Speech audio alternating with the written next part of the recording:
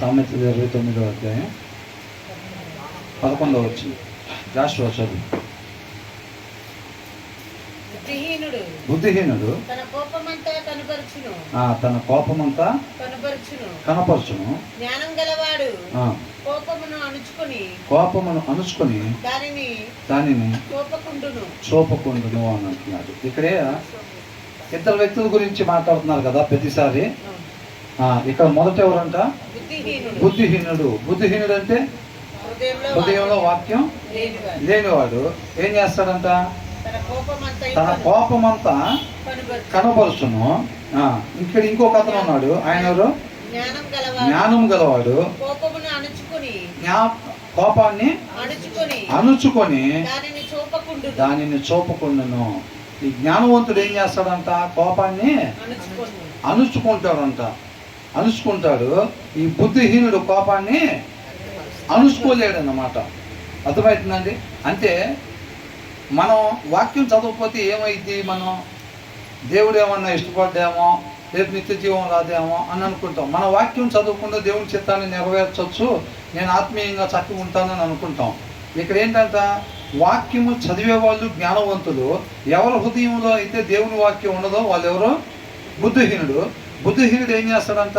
తన కోపం అంతా కనపరచును. కోపం వచ్చినప్పుడు ఏం చేస్తాడంటే, అది కోపం ఉండే కొద్దిగా అక్కడ ఉన్న పరిస్థితిని బట్టి ఏమైందంటే కోపం పెరిగిపోతూ ఉండిద్దంట. కోపం పెరిగిపోయిద్ది అనమాట. కోపం పెరుగుతూ ఉంటుంది. ఇప్పుడు జనరల్గా సిచ్యువేషన్ ఎవరన్నా ఇద్దరి దగ్గరికి మనం అనుకోకుండా ఒక దగ్గరికి వెళ్ళినప్పుడు గొడవ జరుగుతుంది అనుకోండి. గొడవ జరిగేటప్పుడు అది చూసినప్పుడు ఎట్లా ఉంటుంది? మనకి ఆ దగ్గరలో ఉన్నప్పుడు ఆపుదాం అనుకుంటే ఒక్కొక్కరు అవతల యువతలో చేసే పరిస్థితిని బట్టి మనకు కోపము వచ్చేస్తూ ఉండిద్ది అనమాట. కోపం వచ్చేటప్పుడు ఏమైందంటే, ఎవరి హృదయాల్లో అయితే దేవుని వాక్యం ఉండిద్దో వాళ్ళు జ్ఞానవంతులుగా ఉంటారు. వాళ్ళు ఆ కోపాన్ని ఏం చేస్తారంట? అణుచుకుంటారు అన్నమాట. ఒకడు పట్టణాన్ని వశపరుచుకునే దానికన్నా ఎవరు గొప్పోళ్ళంట? తనను తాను ఎవరైతే వశపరుచుకోగలుగుతాడో తన గొప్పోడంట. అర్థమవుతుందండి? ఒక్కడే పోయి పట్టణం మొత్తం మీద యుద్ధం చేసి పట్టణాన్ని జయించుకొని రావటం కాదంట, తనను తాను జయించుకోగలగాలంట. అర్థమవుతుందండి? కాబట్టి ఎవరి హృదయాల్లో దేవుని వాక్యం ఉండిద్దో వాళ్ళు కోపముని అణుచుకొని దానిని చూపకుండును అని అంటున్నాడు. అదే ఈ బుద్ధిహీనుడు ఏంటంట? కోపాన్ని అణుచుకోలేడు అన్నమాట. తనకు ఆ శక్తి సరిపోదు. అర్థమవుతుందండి? మన కోపం అణుచుకోవాలి అని అన్నా సరే దానికి ఏం కావాలి? దేవుని శక్తి. అది అణుచుకొని సమాధానం ఏర్పాటు చేయాలని అంటే అది ఆయనలో ఉండే గుణలక్షణం అన్నమాట. స్వాభావికంగా ఉండే మూఢత్వంలో ఉండే గుణలక్షణం ఏంటంటే, అది కోపం వచ్చినప్పుడు దానంతటికి అది ఏ రేంజ్ వరకు కోపం వచ్చిందో ఆ రేంజ్ వరకు అది వెళ్ళిపోతూ ఉండిద్ది అనమాట. అంతగా మనం కోప్పడిపోతూ ఉంటాం. దాన్ని మనం ఆపుకోలేం. ఏది? హృదయంలో వాక్యం లేకుండా ఉండే స్వాభావికంగా ఉండే మూఢత్వం ఎవరైతే కలిగి ఉంటారో, వాక్యం చదవకుండా ఉంటారో వాళ్ళు అడిగితే అనుకుంటారు. ఏమనుకుంటారంటే, అక్కడికి వెళ్ళిన తర్వాత నేనైతే అసలు కోప్పడకూడదు, ఏదైనా అక్కడేదో వాదన అవుతుందంట, గొడవ అవుతుందనంట, వెళ్దామని అంటున్నారు అందరూ. సరే మనం అయితే వెళ్దాం. వెళ్ళేటప్పుడు ఏమనుకుంటూ వెళ్తారు? మనమైతే దాంట్లో ఇన్వాల్వ్ అవ్వకూడదు, అక్కడ పరిస్థితి వాళ్ళు ఇద్దరు చెప్తే వినేవాళ్ళు కాదు వాళ్ళు, అయినా సరే వెళ్ళాలి, మరి మనమే కదా వెళ్ళాల్సింది అనుకుంటారు. వీళ్ళు దారిలో అనుకొని వెళ్ళి వీళ్ళు దారిలో అనుకొని వెళ్తారు. మనమైతే ఎట్టి పరిస్థితుల్లో ఇన్వాల్వ్ కాకూడదు, ప్రయత్నం చేద్దాం సర్దుమణి చేయడానికి, అయితే అయింది, లేకపోతే మనం మాత్రం కోప్పడకూడదు. అక్కడికి వెళ్ళిన తర్వాత వీళ్ళు అనుకుంటారు. కానీ అక్కడికి వెళ్ళిన తర్వాత ఏమైంది? వీళ్ళు ఆటోమేటిక్గా ఇన్వాల్వ్ అయిపోయి వీళ్ళ వాళ్ళు ఇంకా గొడవ పెద్దది అయిపోయి అక్కడ పెట్టిన కేసు ఎవరెవరి మీద పెట్టారో అది వీళ్ళ పేరు కూడా దాంట్లో ఉండిద్ది అనమాట. ఎందుకని? అనుకున్నారంతే. అక్కడ నేను కోప్పడకూడదు, నేను అక్కడ ఇన్వాల్వ్ కాకూడదు అని చెప్పి అనుకున్నాడు. కాకపోతే ఈయన హృదయంలో ఆ లక్షణం లేకపోవటం వల్ల, ఆ శక్తి లేకపోవటం వల్ల, పరిశుద్ధాత్ముడు మన మీదకి వచ్చినప్పుడు అంట మనం ఏం పొందుకుంటామంట? శక్తిని పొందుకుంటామంట. ఆ శక్తి ఇది. అర్థమవుతుందండి? అవతల ప్రేమించకపోయినా నేను ప్రేమించాలని అనుకుంటాం అంతే. కానీ వాళ్ళు ఎప్పుడైతే మనం ద్వేషిస్తూ ఉంటారో, అందరికి పెట్టి మనకు పెట్టుకొని ఉంటారో, తినేవి కానీ ఏ అయినా బట్టలు కానీ లేకపోతే ఏదైనా సరే అందరిని ప్రేమించి మనం ప్రేమించుకొని ఉంటారో, అనుకుంటాం వాళ్ళు మనం ప్రేమించకపోయినా మనం వాళ్ళని ప్రేమిద్దాము అని అనుకుంటాం. కానీ ఆ పరిస్థితి చూసినప్పుడు ఏమైంది? మనం వాళ్ళని ప్రేమించలేము, కానీ అనుకుంటాం అంతే. కానీ ఆ శక్తి ఎప్పుడైతే మనకు వచ్చిందో వాళ్ళు ప్రేమించకపోయినా మనం ప్రేమిస్తాము. వాళ్ళు ద్వేషిస్తున్నా మనం ప్రేమిస్తాం. దానికి శక్తి కావాలన్నమాట. అది మన శక్తి పనిచేయదు ఏమాత్రం కూడా. దానికి దేవుని శక్తి కావాలి. ఇక్కడ కోపాన్ని అణుచుకోవాలని అంటే తెలియక ఒకవేళ భర్త కోపడినా సరే, ఏదో డ్యూటీలో ఫ్రస్ట్రేషన్తో వచ్చి ఒకవేళ కోపడినా సరే, భార్య అర్థం చేసుకొని ఆయన 2 మాటలంటే మనం 3 అనాలి అని చెప్పి అనుకోకుండా మనం కాముగా ఉందామని అనుకున్నా సరే మళ్ళీ కోపడుతుందంటే ఏంటంట? హృదయంలో ఆ లక్షణం లేదు. ఆ లక్షణం సమాధాన పడే లక్షణం లోపల ఉంటే అది బయటకు వచ్చింది అన్నమాట. జ్ఞానవంతుడు ఏం చేస్తాడంట? కోపాన్ని అణుచుకుంటాడు. బుద్ధిహీనుడు ఎందుకు అణుచుకోలేకపోయాడు? ఆయనలో శక్తి సరిపోట్ల, శక్తి లేదు ఆయనలో. ఆయన అడిగామనుకోండి బుద్ధిహీనుని, బాబు నువ్వేంటి అట్లా కోపాడి ఎందుకని అట్లా చేసుకున్నావు, కోపాన్ని అణుచుకోవచ్చు కదా నువ్వు అని అంటే, అసలు కోపాన్ని అణుచుకుందామని అనుకున్నానండి, చేసుకుందామని అనుకోలేదు నేను. అసలు ఇంటి దగ్గర నుంచే నేను అసలు ఎవరి మీద చేసుకోకూడదు, నేనైతే ఎవరి మీద గొడవ ఆడకూడదు, కుదిరితే సమాధానం కలుద్దామని ఇంటికా నుంచి జపం చేసుకుంటానే వచ్చాను. ఇక్కడికి వచ్చిన తర్వాత ఫస్ట్ దెబ్బ నేనే వేయాల్సి వచ్చింది. ఏందో మరి ఇట్లా అయిపోయిన పరిస్థితి అని అంటే ఎందుకైపోయింది? హృదయంలో దేవుడు లేకుండా ఈయన సొంతగా ఆత్మీయంగా నిలబడదాము, లోకమాలిన్యం అంటకుండా చూసుకుందాము, దేవుడిని గుణలక్షణాలని కనపరుద్దాము అని చెప్పి ఈయన అనుకుంటున్నాడు దేవుడు లేకుండా. అది మనిషి వల్ల అయ్యే పని కాదు. ఎవరైతే కోపాన్ని అణుచుకోలేకుండా ఉంటాడో, వాక్యం చెప్పేవాడైనా వినేవాళ్ళైనా తెలసొక్కైనా నలసొక్కైనా బాప్తీసం తీసుకున్నా తీసుకోకపోయినా వాళ్ళు బుద్ధిహీనులే. అర్థమవుతుందండి? కోపాన్ని అణుచుకోలేకపోతున్నాము అని అంటే ఏంటంటే అర్థం కనపడుతుందిగా అక్కడ. ఏమని? బుద్ధిహీనుడు తన కోపముని అంతా కనపరుచును. కోపం ఏ రేంజ్లో వస్తే ఆ రేంజ్ వరకు దాన్ని పోనిస్తారంట. అర్థమవుతుందండి? ఇక్కడ నీట్గా రాశారు, ఏ pool gives full went to his spirit అని రాశారు. ఫుల్ వెంట్, నీకు ఎంత కోపం వస్తే అంత ప్రదర్శిస్తమే, దాన్ని ఆపలేడు అనమాట. అర్థమవుతుందండి? జోలు అర్థమైందా? అట్లా ఉండేవాళ్ళు బుద్ధిహీనులు అన్నమాట. ఎవరైతే కోపాన్ని ఆపుకోలేకపోతాం అంటే జ్ఞానవంతుడికి కోపం రాదా అంటే ఇక్కడ ఏమనుంది? జ్ఞానం గలవాడు చూసారా ఏం చేస్తాడంట? కోపాన్ని అణుచుకుంటాడు. అంతే, జ్ఞానవంతుడు కూడా కోపం వచ్చింది. అది ఇక్కడి నుంచి ఆ రేకుల దాకా వెళ్ళే అంత రేంజ్లో వచ్చింది. కానీ జ్ఞానవంతుడు దాన్ని ఏం చేయగలుగుతాడు? ఆపేయగలుగుతాడు అన్నమాట. జ్ఞానవంతుడు దాన్ని ఆపగలుగుతాడు. ఇక్కడ తేడా ఒకటే, ఈయనకి జ్ఞానం ఉంది. ఏ జ్ఞానం? లోక జ్ఞానంతో ఆపలేము దాన్ని మనం. దేవుడి జ్ఞానంతో దాన్ని ఆపగలుగుతున్నాడు ఈయన జ్ఞానవంతుడు. ఆయన దగ్గర జ్ఞానం లేదు కాబట్టి దాన్ని కోపాన్ని ఏం చేస్తున్నాడు? ఆపలేకపోతున్నాడు. అడుగుతుంటే రేపు అక్కడికి వెళ్తున్నావు, ఏం చేస్తావు మరి, ఏంట్రా అంత స్పీడ్గా నడుస్తున్నావు, నువ్వు కూడా ఏమైనా వెళ్ళి గొడవ పడతావే వాళ్ళతో అంటే చాచా బలేవాడివే, అస్సలు 1% కూడా నేను కోపాన్ని అనుకుంటా పోయి ఆడకు పోయిన తర్వాత ముందే అసలు ఇద్దరు గొడవ పడేవాడిని వాడిని ఆపి ముందు నేను జరవడిపోయి గబక్కనే చేసుకుంటాడు. ఏం చేసేవరా అంటే, నేను అనుకున్న మాట వాస్తవమే అది, కాబట్టి అక్కడ మాత్రం అట్లాగా జరిగింది అని అంటాడు. అది ఆయనకు ఒక్కడికేనా? ఆయనకి కాదు, చెప్పే నేనైనా మీరైనా సరే ఆ గుణ లక్షణం దేవుడి దగ్గర నుంచి రావాలన్నమాట. ఆ శక్తి దేవుడి దగ్గర నుంచి రావాలి. అర్థమవుతుందండి? అది వాక్యం చదవటానికి నేను కోపం ఆపుకోవటానికి ఏం సంబంధం అంటే ఉందా లేదా? ఇక్కడ ఉంది. అది ఒకటే కాదండి, ఆ గుణ లక్షణం ఒకటే కాదు, ప్రేమ, సంతోషం, ఏదైనా సరే అవతలని క్షమించే తత్వం అనుకుంటాం. ఏమనుకుంటాం? ఎవరన్నా నాకేదన్నా చిన్న ఆపద తెలియక చేసినా సరే వాళ్ళని మనం క్షమించాలి, నేను అందరినీ క్షమించేవాళ్ళు ఉండాలి అని అనుకుంటాడు. కాకపోతే ఇంటికి పోయిన తర్వాత వాక్యం చదవట్లేదు అనుకోండి, శ్రద్ధ పెట్టి, ఆ వాక్యమైన దేవుడు తన హృదయంలో ఉండడు కాబట్టి ఆ క్షమించే గుణ లక్షణం ఈయనలో ఉండదు. అది దేవునిలో ఉండే గుణ లక్షణం, దేవునిలో మాత్రమే ఉండే గుణ లక్షణం అది. అర్థమవుతుందండి? అప్పుడు ఆ వాక్యమై ఉన్న దేవుడు తన లోపల లేకపోవటం వల్ల, తను శ్రద్ధ పెట్టి దేవుని ఎదగకపోవటం వల్ల ఆ క్షమించే గుణ లక్షణం ఈయనలో ఉండదు. కానీ ఈయన ఏమనుకుంటున్నాడు? ఎవరైనా చేసినా సరే నేను మాత్రం క్షమించాలి, అందరినీ క్షమించుకుంటానే వెళ్దాం నా జీవితం మొత్తం. మనిషి ఉండాల్సిన విధానం అదంతా. ఎవడు కోపతాపాలు పడి ఎవరిని కూడా మనం ద్వేషించకూడదు. ఒక మనిషి ఎవరినైనా సరే క్షమించి ప్రేమించేవారిగా ఉండాలంట అని అనుకుంటాడు. కానీ ఆ గుణలక్షణం కలిగిన దేవుడు తన లోపల లేకపోవటం వల్ల ఎవడన్నా తెలియక ఏదన్నా చేయగానే ఏం చేస్తాడు? వాడి మీద లోపల ద్వేషం పెట్టుకుంటాడు. కాబట్టి అడుగుతుంటే ఏం చెప్తున్నాడు? అసలు తనలో తను ఏం చెప్పుకుంటూ వెళ్తున్నాడు? ప్రతి ఒక్కరిని నేను క్షమించేవాడుగా ఉండాలి అని అనుకుంటున్నాడు. కానీ ఆ పరిస్థితి ఎదురైనప్పుడు క్షమిస్తున్నాడా? క్షమించట్లేదా? క్షమించట్లేదు అన్నమాట. ఎందుకని? ఆ శక్తి ఏంలో లేదు, ఆ గుణలక్షణం ఏంలో లేదు, కానీ అనుకుంటున్నాడు అట్లా అంతే. ఆ శక్తి కలిగిన ఆయన్ని, ఆ గుణలక్షణం కలిగిన ఆయన్ని మనం కలిగి ఉండాలన్నమాట. అప్పుడు యుద్ధం ఆయన చేస్తాడు, విజయాన్ని మనకు అప్పగిస్తాడు అన్నమాట. ఈ ఆత్మీయ జీవితంలో ప్రతి ఒక్కళ్ళకు కూడా, విశ్వాస జీవితంలో ప్రతి క్షణం కూడా యుద్ధ పోరాటమే, అవునా కదా? యుద్ధ పోరాటం. ప్రతి సెకండ్ కూడా మన ఆత్మీయంగా పడగొట్టాలని అపవాది ప్రయత్నం చేస్తూ ఉంటాడు. యుద్ధ పోరాటం. ఈ లోకమాలిన్యం అంటకుండా అనేక మందిని, ఆల్రెడీ పడిపోయిన వాళ్ళని మన మీద ప్రయోగిస్తూ ఉంటాడు అన్నమాట అపవాది. వాటన్నిటిని మనం తట్టుకుని నిలబడాలని అంటే అది దేవుని వలన మాత్రమే సాధ్యం. బ్రదర్ అంటూ ఉంటారు అప్పుడప్పుడు, అది మన వల్ల ఏ పని అయితే ఆయన రావాల్సిన అవసరం ఉండదండి, అవునా?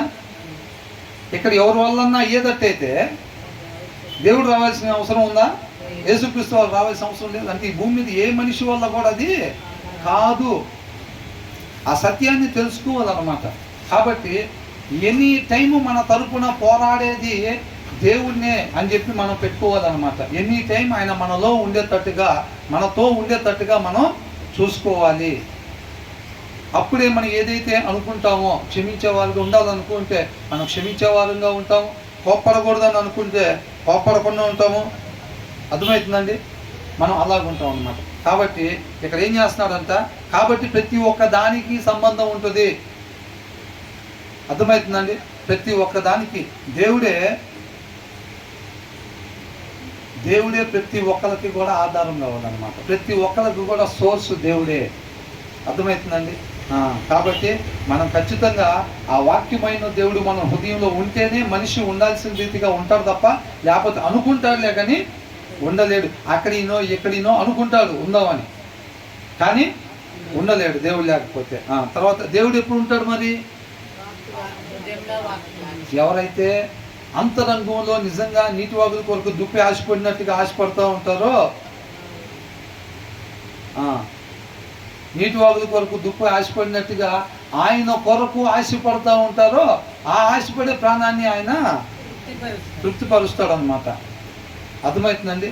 మనం ఊరకనే దేవుడు నాకు కావాలి, దేవుడిని నేను ఎత్తుకుతున్నానని చెప్పి బైబిల్ తీయకుండా ఉంటే, శ్రద్ధ లేకుండా ఉంటే, అవునా, ఎంతసేపు ఎత్తుకుతాం? మనం ఒక 5 నిమిషాలు 10 నిమిషాలు అట్లాగా దేవుని వెతకాలని అంటే ఆయన మాట్లాడిందాక ఉండాలి. ఆయన మాట్లాడిందాక ఉండాలన్నమాట. అర్థమవుతుందండి? ఆ అంతరంగంలో ఆ ఆసక్తిని చూసినప్పుడు దేవుడు తృప్తిపరుస్తాడు అన్నమాట. కాబట్టి ఇక్కడ ఏమంటున్నాడు, బుద్ధిహీనుడు తన కోపం అంతా కనపరుచును. ఇక్కడ కోపము అని అంటే ఉట్టి కోపం మాత్రమే కాదండి. బుద్ధిహీనుడు అంటే మన పైన వచనాల్లో చూసినట్టుగా ఒక ఆయన ఇట్లా చేస్తున్నాడు అంటే, హృదయంలో వాక్యం లేని వాళ్ళ దగ్గర ఉండేది ఆ మూఢత్వంలో నుంచి వచ్చే గుణలక్షణాలు అన్ని నాశనానికి నడిపించేయే. కాకపోతే దాన్ని ఒకదాన్ని ప్రస్తావిస్తున్నారు అన్నమాట. అర్థమవుతుందండి? నరహంతకుడు అనే ప్రస్తావించాడు దీనికి ముందు వచనాల్లో. నరహంతకుడు అంటే ఉట్టి నరహంతకుడే కాదు, అబద్ధాలు ఆడేవాడైనా లేకపోతే ఇంకొకడైనా వీళ్ళందరూ కూడా అనమాట. ఆ మూఢత్వం నుంచి వచ్చేది మొత్తం కూడా ఆ గుణలక్షణాలే వస్తాయి అన్నమాట. కాబట్టి ఇక్కడ కూడా ఈ బుద్ధిహీనుడు అనే కోపాన్ని మాత్రమే కాదండి, ప్రతిదీ కూడా తను ఆపుకోలేడు అనమాట. అర్థమవుతుందండి? అట్లా. కాబట్టి మన హృదయంలో ఎల్లప్పుడూ కూడా దేవుని వాక్యాన్ని కలిగి ఉండాలన్నమాట. మనం తర్వాత ఏమంటున్నాడు, మన సమాధాన పరిచే వాళ్ళని ఉండాలి ఎక్కడికి వెళ్ళినా సరే. ఈయన కోపాన్ని అంచుకుని ఏం చేస్తాడు మరి? ఈ జ్ఞానవంతుడు ఏం చేస్తాడంట? కోపాన్ని అంచుకుంటాడంట. అర్థమవుతుందండి? కోపం ద్వారా దేవుని చిత్తాన్ని నెరవేర్చలేమని, అవునా కదా? కాబట్టి ఈయన ఏం చేస్తాడంట? కోపాన్ని అంచుకుంటాడంట. అక్కడ సమాధానాన్ని నెలకొల్పేవాడిగా ఉంటాడు. అది క్రీస్తుని అనుసరించడం అంటే. ఆ ప్లేస్లో క్రీస్తు ఉంటే ఏం చేస్తాడు? అలాగే కోపాన్ని అణుచుకొని సమాధానాన్ని నెలకొల్పుతాడు అనమాట. కాబట్టి జ్ఞానవంతుడు కూడా ఆయనలో నాటబడి ఉన్నాడు కాబట్టి, ఆయనతో సహవాసం చేస్తున్నాడు కాబట్టి ఏం చేస్తాడు? ఈయన కూడా కోపాన్ని అణుచుకోగలిగి అక్కడ సమాధానాన్ని నెలకొల్పుతాడు. ఈ బుద్ధిహీనుడు ఏం చేస్తాడంటే కోపాన్ని అణుచుకోలేక వాణ్ణి కొట్టడం ఈయన కొట్టడం ఇవన్నీ చక్కగా బుక్లో రాస్తాడు. ఈ కోప రంగానే పటాపటామని చెప్పి 4-5 బూతులు తిట్టేస్తారు అంతే. తిట్టగానే ఇంకా ఆటోమేటిక్గా రాస్తారా లేదా? లోపల ఉంది అది. కాబట్టి ఆ మూఢత్వంలో నుంచి వచ్చేది ఆ మాటలే, ఆ ప్రవర్తనే, ఆ చూపే వచ్చేది. అట్లా అనమాట. తర్వాత ఏంటంట? అబద్ధములను ఆలకించి రాజునకు ఉద్యోగస్తులందరూ దుష్టులుగా ఉంది. ఇక్కడ ఈయన ఇంకొక ఆయన ఉన్నాడు. ఈయన ఎవరంట? ఏం ఆలకిస్తాడంట? అబద్ధాన్ని ఆలకిస్తాడు. అంటే ఇది వాక్యానుసారమేనా? అసలు ఈయన ఆలకిచ్చేది క్లియర్గా రాసుంది అక్కడ. ఏంటిదంటే అది అబద్ధము, అబద్ధాన్ని ఈయన ఆలకిస్తాడంట. అర్థమైనా? చెప్పుడు మాటలు వినకూడదు. మనం అవతల వాళ్ళు ముచ్చట్లు చెప్తుంటే జ్ఞానం లేని మాటలు చెబుతూ ఉంటే మనం అక్కడ కూర్చొని చెవులు పెద్దవి చేసుకొని వినకూడదని మన ముందు వచ్చిన వాళ్ళు చూసాం. అవునా? కాబట్టి మనం ముందు వచ్చిన వాళ్ళు చూసాం ఇది మొత్తం కూడా. ఆ చెప్పుడు మాటలు, అబద్ధాలు, ముచ్చట్లు వాళ్ళు చెప్తున్నారు అనుకోండి, అక్కడ జ్ఞానం లేని మాటలు ఎవరైతే మాట్లాడుకుంటూ ఉంటారో వాళ్ళ దగ్గర మనం ఉండకూడదు అన్నమాట. అక్కడి నుంచి పక్కకి వెళ్ళిపోవాలి. మన సమయాన్ని వ్యర్థం చేసుకోకూడదు, సద్వినియోగం చేసుకునే వారంగా ఉండాలి ఎప్పుడైనా మనం. అర్థమవుతుందండి? సమయం కొద్దిగా ఉంది కాబట్టి ఆ సమయాన్ని మనం సద్వినియోగం చేసుకునే వారం ఉండాలి తప్ప మనం అక్కడ కూర్చొని వినకూడదు. ఈయన ఏం చేస్తున్నాడంటే అసలు రాజు అనే ఆయన ఎలాగుండాలి? అనేక మందిని పరిపాలన చేసే రాజు ఏది సత్యం, ఏది ధర్మం, ఏది న్యాయమో చూసుకొని దాని ప్రకారంగా ఆయన వాళ్ళందరికీ మాదిరిని కనపరచాలన్నమాట ఆయన. అవునా కదా? ఒకసారి మాట్లాడండి, ఒకసారి మాట్లాడి చేయొద్దని చెప్పండి. ఒక్కరోజు మర్చిపోతే ఫోన్ మీకెందుకు, మమ్మీకి ఇచ్చే.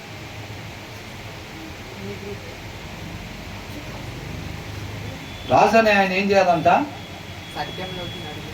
ఏది సత్యమో కనుక్కొని దాని ప్రకారంగా ఆయన నడుచుకునేవాడుగా ఉండాలి.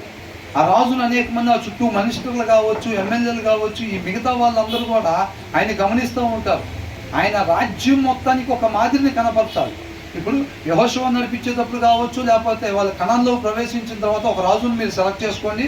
కాకపోతే ఆ రాజు మాత్రం ఈ ఖచ్చితంగా నా ఆజ్ఞలు, నా కట్టలు ఏదైతే ఉందో ఆయన బుక్ ఆయన దగ్గర పెట్టుకొని ప్రతి దినం కూడా దాన్ని ఆయన ధ్యానించాలని చెప్పాడు. ఎందుకని?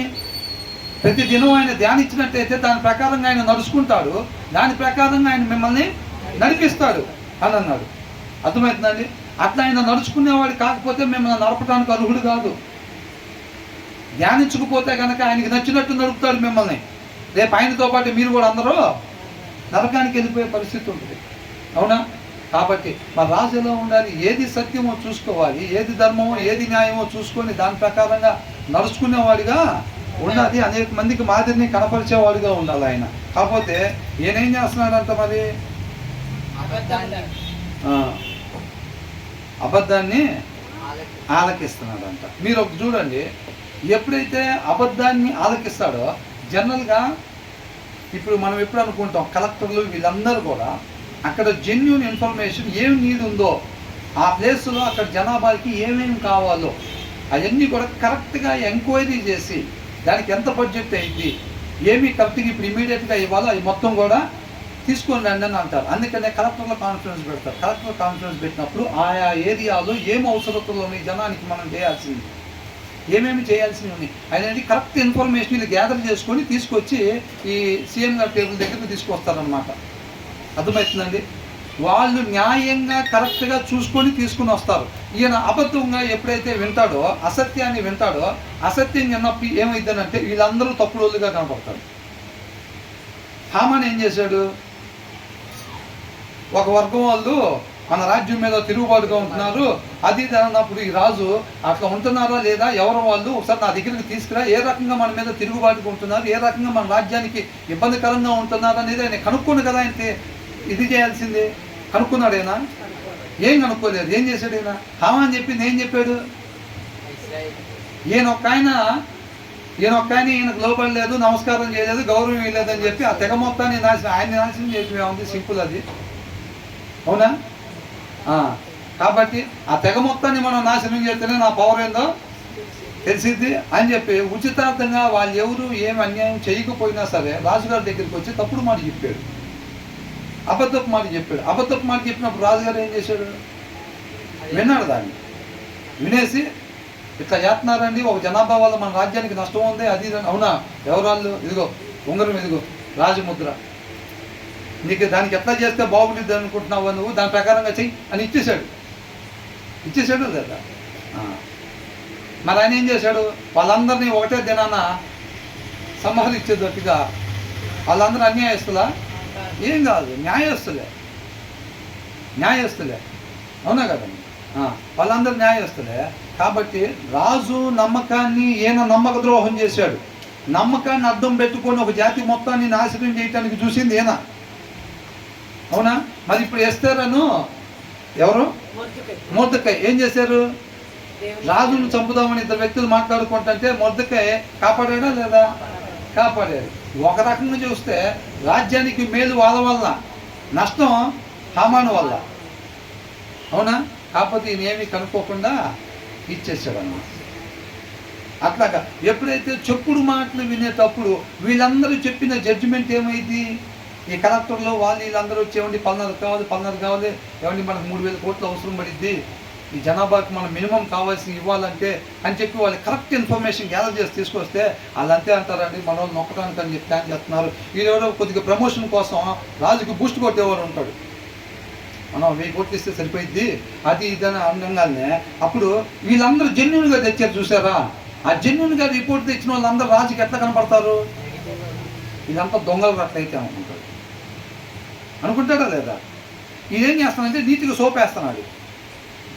ఏ రాజుగారు అసలు ఏందని మీ షర్టు, అసలు మీ ప్యాంటు, అసలు మీ చెప్పులు అదిరిపోయినాయి, అసలు రాజుగారు మీరు కూర్చున్న నెంబర్ 1, నుంచున్న నెంబర్ 1 అది ఇదని సోపేస్తున్నాడు.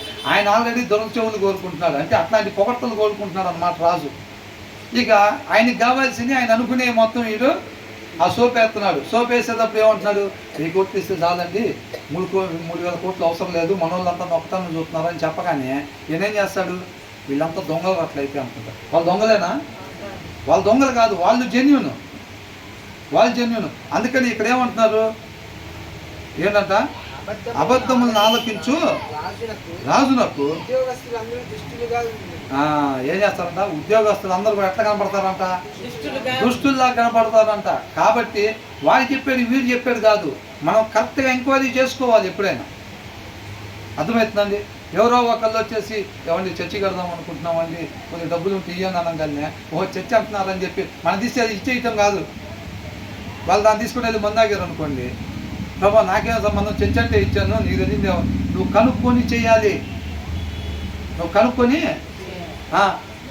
దశంభాగం డబ్బులే కదా అని చెప్పి నువ్వు తీసి ఇచ్చేసేస్తే నాకు రావాల్సిన నాకు వచ్చేసిద్ది అంటే అట్లాగేం రాదు. అక్కడ నీ డబ్బులైతే ఇచ్చేస్తావా? మన డబ్బులైతే ఇచ్చేస్తాం అట్లాగా?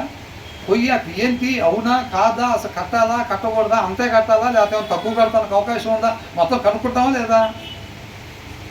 లేదా? మరి ఇప్పుడు వీటి దగ్గర ప్రతిదీ కూడా మనం జాగ్రత్తగా కనుక్కోవాలన్నమాట. అవునా? కాబట్టి అబద్ధపు మాటలు ఇవన్నీ మనం వినకూడదు, చెప్పుడు మాట వినేవాళ్ళని ఉండకూడదు. దేవుడి జ్ఞానం లేకపోతే ఏం చేస్తాం? ఎవరేది చెప్తే దాన్ని నమ్ముతాం అన్నమాట. ఆహాబు రాజు కూడా ఏం చేశాడు? అబద్ధ ప్రవక్తలు ఏది చెప్తే దాన్ని తీసుకున్నాడు. అవునా కదా? కాబట్టి ఇక ఇట్లా అనేక మంది. ఇప్పుడు సౌలు కూడా ఏం చేశాడు? సౌలు దురాత్మ దగ్గరికి వెళ్ళాడా లేదా? అక్కడికి వెళ్ళాడు. తప్పుడు ప్రవక్తలు చెప్పే అన్ని కూడా వాళ్ళు తీసుకొని నమ్మారు అన్నమాట. నమ్మి జెన్యూన్ ప్రవక్తలను ఏం చేశారు? కొట్టారా లేదా? అబద్ధ మాటలు విని, అబద్ధ ప్రవక్తల మాటలు విని నిజమైన ప్రవక్తలు ఏం చేశారు? కొట్టి ఇబ్బంది పెట్టారు. ఇర్మియా టైంలో కూడా జరిగినవి ఇవన్నీ అట్లా అన్నమాట. కాబట్టి మనం తప్పుడు మాటలు వినేవారంగా, అట్లాంటి ముచ్చట్లకి వినేవారంగా మనం లోకంలో కూడా సామెత ఉంది, ఏమని? వినేవాడు ఉంటేనంట ఇందిరాగాంధీ మా నాయనమ్మని చెబుతారంట. అవునా? వినేవాడు వింటున్నాడు అనుకోని ఏదైనా చెబుతాడు. అదే దాని గురించి ఏం తెలియదు, ఏం తెలియదంటే నీకు తెలియదు అన్న మాట చెప్పేవారు ఒకసారి, ఇక నాకు మొత్తం తెలిసినట్టే అట్లా చెప్తారు కొంతమంది. అవునా? కాబట్టి మనం ఏది వినొచ్చు, ఏది వినకూడదు. ప్రతి ఒక్కరు కూడా పరిశుద్ధాత్మ నడిపింపు ప్రకారంగా మనం నడవాలి. ఆయన అక్కడ ఎంతసేపు కూర్చోమంటాడు, ఎంతసేపు అక్కడి నుంచి వెళ్ళిపోమంటాడు, ఎక్కడికి వెళ్ళమంటున్నాడు, ఎవరి దగ్గర ఏం మాట్లాడమంటున్నాడు, ఎంతసేపు కూర్చోమంటున్నాడు, ప్రతి ఒక్కటి ఉండిద్ది. అర్థమవుతుందండి? నిజమా? అట్లా కూడా ఉంటుందా అని అనిపిస్తుందా? ఉండిద్దా లేదా? ఖచ్చితంగా ఉండిద్ది. ఆత్మ నడిపింపు ద్వారానే మనం ప్రతి క్షణం కూడా నడిచే వాళ్ళంగా ఉండాలి. అట్ ద సేమ్ టైము ఈయన అట్లా చెప్పుడు మాటలు తినేవాడిగా, ఈయన తప్పుడు నిర్ణయాలు తీసుకునేవాడికి ఉంటే ఈ కింద వాళ్ళు కూడా ఏం నేర్చుకుంటారు? అయ్యే నేర్చుకుంటారు, అయ్యే తయారై చేసుకుంటారు. అలాగే తయారవుతారు. కింద మినిస్టర్లు అంతే ఉంటారు, ఎమ్మెల్యేలు అంతే ఉంటారు. కింద కామన్ మ్యాన్ దగ్గర కూడా ఒకరిని మోసం చేసుకోవటం, అబద్ధాలు చెప్పటం, ఇదే వెళ్ళిపోయిద్ది అనమాట. ఒక రాజు అంటే ఒక మాదిరిని కనపరిచేవాడుగా. అర్థమవుతుందండి? ఇప్పుడు మన యేసయ్య రాజా కాదా? రాజు. అర్థమవుతుందండి? ఆయన ఎలాంటి రాజు? నీతి న్యాయం కలిగిన రాజు అన్నమాట. కాబట్టి ఆయన్ని మాదిరి తీసుకొని ఉండాలి ఈ రాజులు ఉండరు. మనం కూడా అంటే రాజులైన యాజక సమూహం అంట. కాబట్టి రేపు అక్కడ ఉండాలని అంటే అక్కడ ఎలాగుంటుంది, ఎలా నడుచుకోవాలి, ఎలా ప్రవర్తించాలి, ఎలా చూడాలి, ఎలా మాట్లాడాలి అనేది ట్రైనింగ్ ఇక్కడ జరుగుతుంది మనకి. అర్థమవుతుందండి? ఇక్కడ అదే ట్రైనింగ్ జరుగుతుంది మనకి. ఆల్రెడీ దేవుని రాజ్యం వచ్చే ఉన్నది అని అంటే ఆల్రెడీ ఉన్నది కాబట్టి ఇక్కడ అనేక మంది ఇంకా న్యాయం కనబడుతుంది మనకి. అవునా కదా? కొన్ని చోట్ల చూస్తే వాళ్ళు చెప్తూ ఉంటారు అన్నమాట. ఇక్కడ కొన్ని చోట్ల చూస్తే చాలా జెన్యున్గా కనపడుతూ ఉంటారు. వాళ్ళే వచ్చి డబ్బులు ఇవ్వటం మర్చిపోతే లేకపోతే ఇవన్నీ ఎక్కడి నుంచి వచ్చింది ఆయన. అవునా కదా? కాబట్టి రేపు ఆయన రాజ్యంలో ఉండాలని అంటే మనం ఎలాగుండాలో అదంతా కూడా దేవుడు ఆయన కృపను బట్టి మనకు నేర్పిస్తూ ఉంటున్నాడు అన్నమాట. ఇప్పుడే అర్థమవుతుందండి. పరిస్థితిని బట్టి కాకుండా విశ్వాసం మనం జీవించాల్సిన విధానమే సత్యమే మాట్లాడాలి, సత్య ప్రకారంగానే మనం ప్రవర్తించాలి. అర్థమవుతుందండి? దాన్ని దేవుడు ముందుగానే మనకి నేర్పిస్తున్నాడు. ఇప్పుడు అంటే మన భాష అర్థం అవ్వాలని చెప్తున్నాను. దాన్ని ఇప్పుడు మిరపకాయ బజ్జీలు వేసామనుకోండి, లేకపోతే మైసూర్ బజ్జీలు వేసామనుకోండి, అవి చక్కగా తగిన స్థాయిలో కాలినప్పుడు ఏం చేస్తాం, మనం తీసేస్తాం. ఇక తినడానికి బాగుండేటట్టుగా. మరీ ఎక్కువసేపు ఉంచితే బాగుంది. మనం కూడా తగిన సమయం అయిపోయి ఇక తయారయ్యారా, మన రాజ్యంలోకి వెళ్తానికి తయారయ్యారు, వీళ్ళ ద్వారా చేయాలనుకున్న కార్యాలు కూడా కంప్లీట్ అయినాయి అనగానే దేవుడు ఏం చేస్తాడు, ఇక అంతటితో ఫుల్ స్టాప్ పెడతాడన్నమాట. కాబట్టి అంతం వరకు కూడా మనం నమ్మకంగా రక్షణని కాపాడుకోవాలన్నమాట. మనం అర్థమవుతుందండి? కాబట్టి చెప్పుడు మాట తినే వాళ్ళని అట్లా ఇట్లా ఉండకూడదు. మనలో వాక్యం లేదనుకోండి, అవతల వాళ్ళు ఏది చెబుతున్నా ఎంతసేపు మిగతా పిచ్చి ముచ్చట్లు చెప్పుకుంటున్నా మనం అక్కడే కూర్చొని ఉంటాం అన్నమాట. కాబట్టి అట్లాంటి అబద్ధపు మాటలు మనం వినేవాళ్ళంగా ఉండకూడదు. కష్టపడాలి, కనుక్కోవాలి, ఏది వాట్ ఈజ్ వాట్, ఏది సత్యమో ఎతకాలి.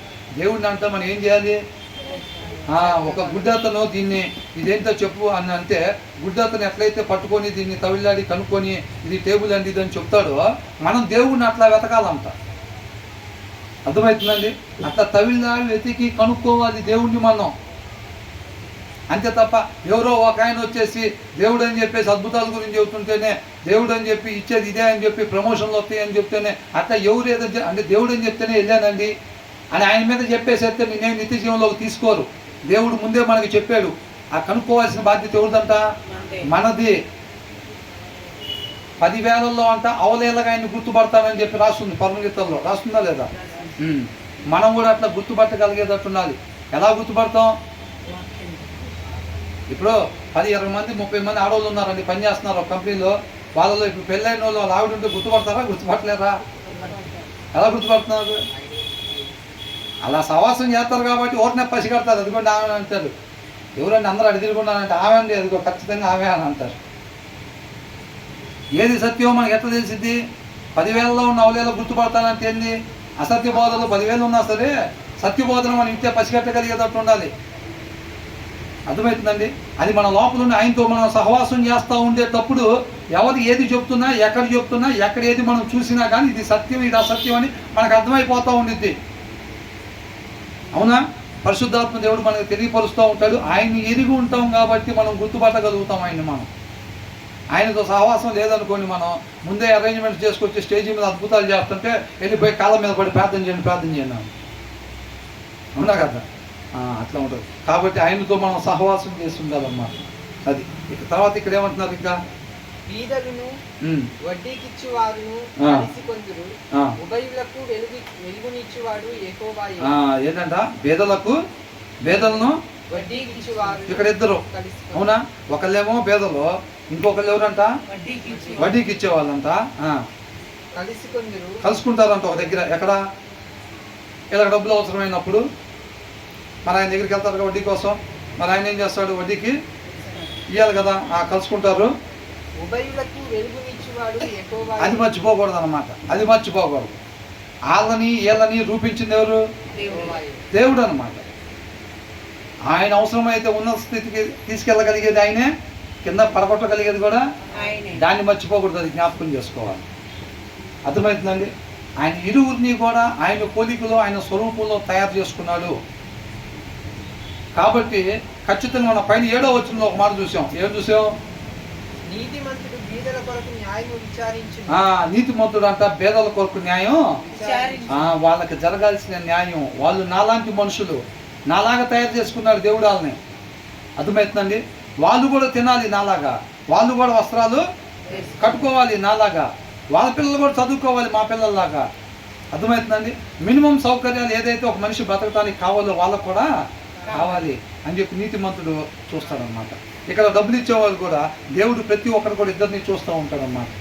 ఎట్లా ఇస్తున్నావు, వాళ్ళ అవసరతని క్యాష్ చేసుకొని 10 రూపాయలు వడ్డీ అయితే చెప్పి ఇప్పుడే ఇస్తా, లేకపోతే ఈయన తినడానికి లేవండి, పిల్లలు ఉన్నారండి, ఇంటి దగ్గర చిన్నపిల్లలు ఉన్నారండి, కొద్దిగా ఆహారం పెట్టాలని అంటే కాదంటలా 10 రూపాయలు వడ్డీ. మరి ఓకేది చెప్పి 1 నిమిషంలో ఇస్తా, పిల్లలు రెడీగా ఉన్నారు, వెయిట్ చేస్తున్నారు అక్కడ, నీ ఇష్టం. వాళ్ళ అవసరతను ఏం చేస్తున్నాడు? ప్రతిదీ కూడా దేవుడు చూస్తూ ఉంటాడు, లెక్క అడుగుతాడంట. అర్థమవుతుందండి? అవతల వల్ల అవసరతల్ని ఆసరాగా తీసుకుంటున్నామా మనం కూడా వారి వంటి వారమే కదా. దేవుడు ఇరువురిని ఒకటేలాగా చేశాడు కదా. ఏంటంటే సగం నుంచే ఉన్నదా వచనంలో? ఉభయులకు వెలుగునిచ్చువాడు యెహోవాయే. ఉభయులకు వెలుగునిచ్చువాడు. ఈయనక డబ్బున్నంత మాత్రాన్ని ఈయనకైనా వెలిగించుకుంటాడు. నువ్వు పేదోడు కాబట్టి నీకు ఆయన ఇయ్యాలని ఏమన్నా ఉందా? నువ్వు పేదోడు కాబట్టి నీకు వెలుగు ఆయన ఇయ్యాలి, నాకా డబ్బుంది కాబట్టి నాకు వెలుగు నేనే చేసుకోగలుగుతానని అంటున్నాడా? నీ కాడ డబ్బున్నా ఆయన దగ్గర డబ్బు లేకపోయినా ఉభయులకు వెలుగు చేయాల్సింది అక్కడి నుంచే రావాలి. దాన్ని జ్ఞాపకం పెట్టుకో ఫస్ట్. అర్థమవుతుందండి? కాబట్టి వాళ్ళకి ఏదైతే చేయాల్సిన బాధ్యత, నీ దగ్గర సమృద్ధి ఉందనంటే వాళ్ళని చూడాల్సిన బాధ్యత మనదే. అది మ్యాండేటరీ. ఒక మనిషి ఉండాల్సిన విధానం తోటి అలుపులుగా ఉన్న వాడికి సహాయం చెయ్యాలి, అదంతే. థ్యాంక్స్ అన్న చెప్పేయండి బ్రదర్, ఇస్తే చెప్పాల్సిన అవసరం లేదు అసలు. నువ్వు చెయ్యకూడదు ఏదో ఎక్స్ట్రాగా చేస్తే చెప్పాలి నీకు, నువ్వు చేయాల్సిన పని అది. నీ ఇంటి పక్కన పేదవాడికి, నీ లైన్లో ఉండే పేదవాడికి, నీ కాలనీలో ఉండే పేదవాడికి, నీ ఆఫీస్లో ఉండే పేదవాళ్ళకి, నువ్వు ఎక్కడికి వెళ్తే అక్కడ దేవుడు నీకు కనపరిచిన పేదవాడికి నువ్వు సహాయం చేయాల్సిన బాధ్యత నీది. ఒక మనిషిగా నేను చేయాల్సిన పని అది. చేయాల్సిన పని చేస్తే థ్యాంక్స్ ఏంటి? అవునా? అందుకని నో నీడ్ బ్రదర్, చెప్పవసరం లేదు బ్రదర్, అది నేను చేయాల్సిన పనే అది అన్నట్టు ఉండాలి. అవునా కదా? కాబట్టి దేవుడు తప్పక గమనిస్తూ ఉంటాడు. వాళ్ళ అవసరతల్లో ఉన్నారని చెప్పి వీళ్ళ దగ్గర డబ్బులు ఉన్నాయి కదా అని చెప్పి అవతల వాళ్ళ అవసరతను మనం క్యాష్ చేసుకునే వారంగా మనం ఉండకూడదు. దాన్ని చాలా జాగ్రత్తగా జ్ఞాపకం పెట్టుకోవాలన్నమాట. తర్వాత ఏమంటున్నారు? ఏ రాజు దరిద్రులకు సత్యముగా న్యాయం తీర్చునో, ఏ రాజు దరిద్రులకు పేదవాళ్ళకి అని అర్థం. సత్యముగా న్యాయము తీర్చును. సత్యముగా ఉన్నది ఉన్నట్టుగా పార్షాలిటీ లేకుండా యథార్థంగా న్యాయం తీరుస్తాడు. అవతలోడు మనోడైనా సరే, తప్పు చేసినోడు మనోడైనా సరే. అర్థమవుతుందండి? రేపు దేవుడు తీర్పు ఎలా తీరుస్తాడంట? ముఖాలు చూసా, అరే వీడిని నేనే తయారు చేసుకున్నా, నా చేతులతో తయారు చేసుకున్నా, ఇష్టపడి తయారు చేసుకున్నా, నా పోలికతో తయారు చేసుకున్నా ఈయనే అని అనుకోని, కాబట్టి నువ్వు నిత్య జీవానికి వెళ్ళంటారా? ఖచ్చితంగా నీతి న్యాయాన్ని బట్టి ఆయన తీర్పు తీరుస్తాడంతే. కాబట్టి మనం కూడా ఎలా ఉండాలంట? ఏ రాజు దరిద్రులకు సత్యముగా న్యాయము తీర్చును, ఆ రాజు సింహాసనము నిత్యముగా స్థిరపరచబడును. చూసారండి? నిత్యముగా సింహాసనం స్థిరపరచబడింది అన్నమాట. దావీదు ఎలా చేశాడు? సౌలులాగా పరిపాలన చేశాడా? అందుకనే దావీదు చిరకాలం నీకు ఒక సింహాసనం ఉండేటట్టుగా చూస్తానని చెప్పి ఆ సింహాసనం మీద మన యేసయ్య కూర్చొని యుగయుగాలు దాన్ని ఉండేటట్టుగా పెట్టాడా? అలాంటి వాగ్దానం ఇచ్చాడా? కాదుగా. మరి ఎలాగ చేశాడని? ఆయన కట్టడలో ఆయన ఆజ్ఞల ప్రకారంగా నడుచుకున్నాడు కాబట్టి, నిత్య జీవానికి నమూనాగా నా రాజ్యం ఉండాలని ఆశపడ్డాడు కాబట్టి. అవునా? పొద్దు లేచిన తగ్గించి సాయంత్రం నాకు అదే పని మీద ఉన్నాడు. ఆ దప్పికున్న తత్వాన్ని దేవుడు చూశాడు. కాబట్టి చిరకాలం ఎల్లప్పుడూ కూడా సింహాసనం ఉండేటట్టుగా చూశాడు. కాబట్టి ఇక్కడ కూడా ఎవరైతే అలాగా న్యాయంగా ఉంటారో, ధర్మంగా ఉంటారో, సత్యంగా ఉంటారో వాళ్ళు యుగ యుగాలు స్థిరంగా ఉండేటట్టుగా దేవుడు చేస్తాడు. మనందరికీ కూడా అంట ఆయన సింహాసనం మీద మనకి కూర్చోబెట్టి ఆయనతో పాటు పరిపాలన చేసే గొప్ప భాగ్యాన్ని ఇస్తాడు. అర్థమవుతుందండి? ఎప్పుడు మనము సత్యముగా 10 మందిలో మనం ఒకళ్ళగా ఉన్నప్పుడు 9 మంది అసత్యంగా ఉంటారు. ఆ ప్లేస్లో మనం సత్యంగా ఉండాలి. అది అందరు నీతిమంతుల మధ్యలో యేసయ్య నీతిమంతుడిగా జీవించి చూపించాడా? అందరూ దుర్మార్గుల మధ్యలో అవునా? అందరూ దుర్మార్గుల మధ్యలో ఆయన నీతిమంతుడుగా జీవించి మనకు మాదిరిని చూపించాడు. కాబట్టి మనం కూడా ఎలా ఉండాలి? అక్కడ ఉన్న పరిస్థితిని బట్టి కాదు, మన జీవిత విధానమే సత్యంగా మాత్రమే మనం ఉండేవారంగా ఉండాలి. అర్థమవుతుందా? పిల్లలకి అదే నేర్పాలి. సోషల్ నేర్పామా, సైన్స్ నేర్పామా, ఇంగ్లీష్ నేర్పామా, మ్యాథ్స్ నేర్పామా, ఇది కాదు. ఎక్కడ ఉన్నా సరే నీతిగా, రైచస్గా మాత్రమే ఉండాలి, నిజాయితీగా మాత్రమే ఉండాలి. హోంవర్క్ రాయకుండా అడిగితే రాసావా అని అంటే ఏం చెప్పాలి? టీచర్ అడిగితే ఏం చెప్పాలి? రాయిపోతే రాయలేదని చెప్పాలి. నీ పక్కన ముగ్గురు కూడా రాయకుండా రాసామని చెప్పి అబద్ధం చెప్పినా సరే మనం ఏం చెప్పాలి? మనం ఎప్పుడైతే అలా ఉంటాం మనం ఈ లోకానికి వెలుగు, ఉప్పుగా ఉంది. సత్యం అనే సారాన్ని మనం ప్రకాశింపజేసే వాళ్ళంగా ఉంటాం తప్ప లోకంలో కలిసిపోవటానికి కాదు మనం ఉంది. అర్థమవుతుందండి? మనకి గొప్ప బాధ్యత ఉంది. మిగతా వాళ్ళు చూసేటట్టుగా క్రికెట్ మ్యాచ్లు పెట్టుకొని వాళ్ళు వన్డే మ్యాచ్లు అని చెప్పి వాళ్ళు 30 రోజులు 50 రోజులు పెడితే ఒక్క మ్యాచ్ కూడా మిస్ అవ్వకుండా మొత్తం చూసుకుంటా టైంపాస్లు చేయడానికి కాదు మనం ఉంది. లోకం కోసం పెట్టేయని. అర్థమవుతుందండి? వీళ్ళతో వాళ్ళు తలబడాలి, వాళ్ళతో వాళ్ళు, వీళ్ళతో వీళ్ళు, వీళ్ళతో వాళ్ళు అని ఒక నెలన్నర సేపు గడుపుతారు. నెలన్నర టైము వాళ్ళకి టైం పాస్ అయ్యేటట్టుగా చేస్తారన్నమాట. మనం టైం పాస్ చేయాలా? మన టైం సరిపోతుంది. అవునా కదా? కాబట్టి సమయాన్ని మనం సద్వినియోగం చేసుకోవాలి తప్ప వాళ్ళని చూసి వీళ్ళని చూసి పండు తింటే తప్పే ఉంది అని అవ్వనుకున్నట్టుగా క్రికెట్ చూస్తే తప్పే ఉంది, మనకి ఏమున్నాయి దేశించట్లేదు, దొంగతనం చేయట్లేదు, ఏం చేయట్లేదుగా, క్రికెట్ చూస్తే తప్పే ఉంది, అది చూస్తే ఎంటర్టైన్మెంట్, ఇది చూస్తే తప్పే ఉంది. 2.5 గంటలు మనం అక్కడికి చూడటానికి వీలు లేదు, టైంపాస్ చేయడానికి మనం వీలు లేదన్నమాట. కాబట్టి మన సమయాన్ని సద్వినియోగం చేసుకోవాలి, సత్య ప్రకారంగా మాత్రమే మనం ఉండాలి అని అంటున్నాడు.